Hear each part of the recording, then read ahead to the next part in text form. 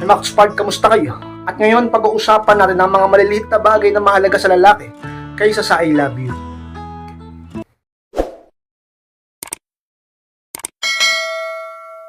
At kung handa na kayo, harap po tayo. At muli, be inspired.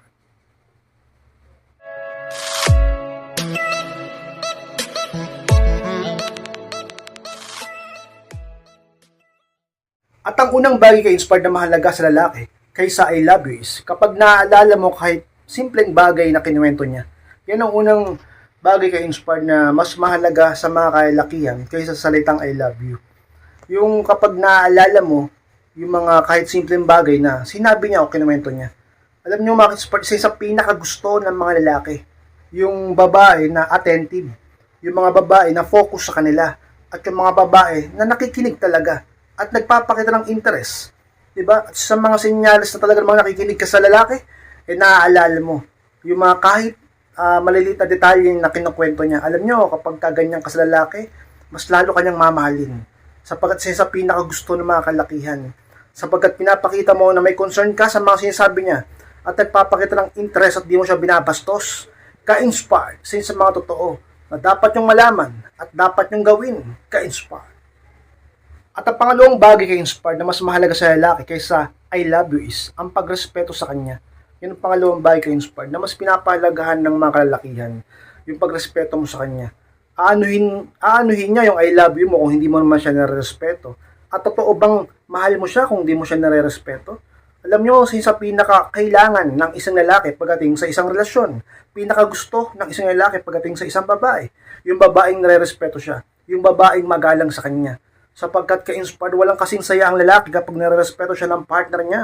At walang kasing sakit kapag binabasto siya ng partner niya babae. At alam kong ang iba sa inyo, alam niyo yan. Ka-inspired sa mga totoo. Na dapat yung tandaan, respetuhin niyo ang partner niyo.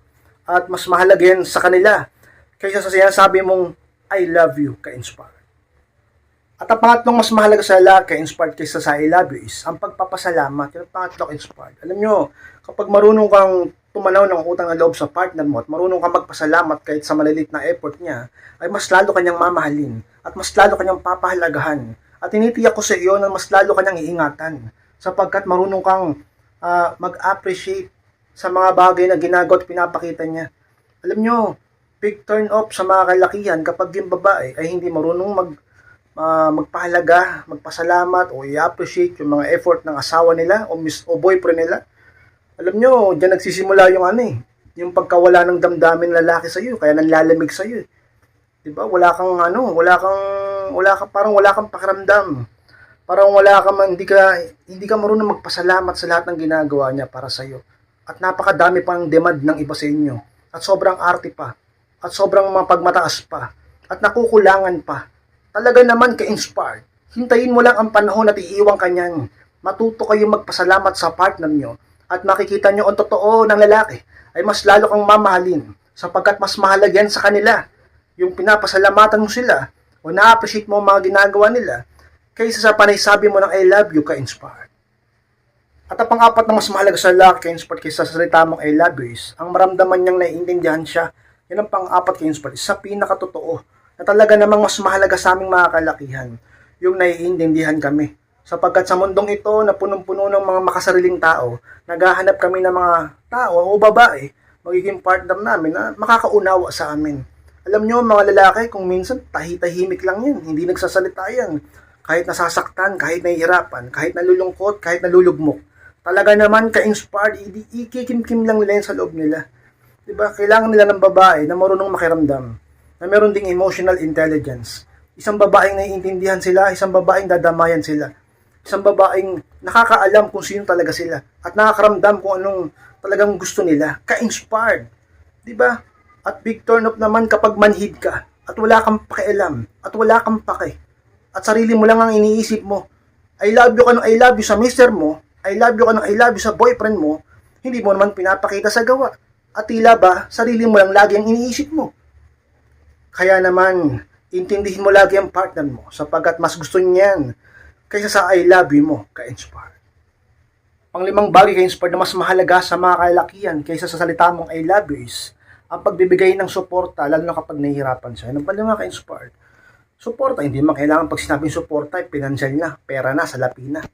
Pwede namang payo, pwede namang advice, pwede namang, di ba, pagiging concern mo, ipakita mo concern ka sa pinagdaraanan niya. Di mo siya iniiwan, at iniintindi mo siya, at dinadamayan mo siya, at inaalagaan mo siya, at minamahal mo siya, at nilalambing mo siya. Ka-inspired sa pinakatotoo. Alam niyo, mga lalaki, isa yun sa mga pinaka-nahihirapan dito sa mundo. Lalo na yung mga asawa niyo. Ang mga babae, maraming sakripisyo yan. Lalo na yung mga ina. Pero marami rin sakripisyo ang mga lalaki ka-inspired sa mundo ito, sa kanilang pamilya. Oo, hindi lahat ng lalaki ay perfecto. Hindi lahat ng lalaki ay talaga namang matitino at responsable. Pero karamihan pa din dyan ka-inspired ay talaga namang nagsusumikap para sa mga taong mahal nila. Tulad mo. Kaya naman kapag nahihirapan siya, may problema siya, may pagsubok siya, talaga namang damayan mo siya, suportahan mo siya. Huwag mo siyang iwan. Huwag mo siyang pabayaan. So, nandiyan ka lang dapat sa tabi niya. Palakasin mo ang loob niya at ikaw ang maging inspirasyon niya. Ma-inspired siya sa buhay dahil sa iyo. Ka-inspire. At ang pang-anim na bagay ka-inspire na mas mahalaga sa mga lalaki kaysa sa I love you mo is ang pagiging consistent mo. Yung pang-anim ka-inspire. Alam nyo, I love you ka ng I love you. Pero hindi ka naman consistent sa pagpapakita ng tunay na pagmamahal sa kanya. Diba? Iba ka sabihin ng iba, ka-inspired, hindi naman kasi ako showy. Tayo ko ng ng sobrang sweet. Diba? Hindi naman sinabing sobra. Pero yung iba sa inyo kasi talagang parang wala nang partner. Parang kung minsan, imbis na maglambing, binubungangaan pa yung partner. Pinapagalitan pa, inaaway pa. Diba? Huwag ganon ka-inspire. Diba? Maging consistent ka sa pagmamahal sa kanya, sa pagpaparamdam ng pagmamahal mo sa kanya. Maging consistent ka sa paglalambing, maging consistent ka sa pag-aalaga sa kanya, maging consistent ka sa maraming bagay na magaganda. Maging consistent ka sa pag-self-improve, maging consistent ka sa pagtulong sa kanya sa inyong pamilya, maging consistent ka sa pagiging mabuti, at maging consistent ka sa pagiging tapat, loyal, faithful sa kanya. Ka-inspired sa pinakamahalaga na gusto ng lalaki sa isang relasyon. Aanuhin niya yung I love you nyo. Aanuhin niya yung I love you mo. Kung hindi ka naman totoo. Kung hindi ka naman hanggang pandulo sapagkat hindi ka consistent. Yung mga babaeng hindi consistent, ayun yung mga babaeng nangiiwan at na pinagpapalit yung partner sa iba sapagkat nakaranas lang ng hirap ay hindi na consistent sa isang relasyon. Ang babaeng consistent ay hindi iiwan ng partner niya hanggang sa huli. Ano man ang mangyari, pagsubok o problema man yan, dadamayan niya ang partner niya hanggang talaga namang ka-inspired sa pinakadulo. Yan ang tunay na pag-ibig. Yan ang consistent. Yan ang gusto ng lalaki.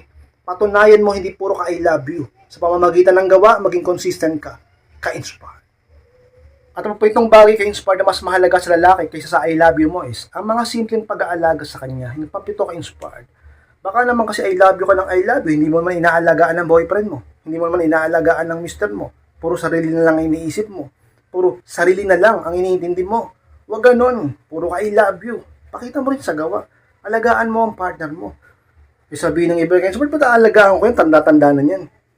At saka kalalaki niyang tao. Tsaka ayaw niya magpaalaga eh. O diba? Eh, kahit na ano pang dahilan mo, sikapin mo na alagaan yung partner mo. Kasi ikaw din naman, di ba? Inaalagaan ka niya.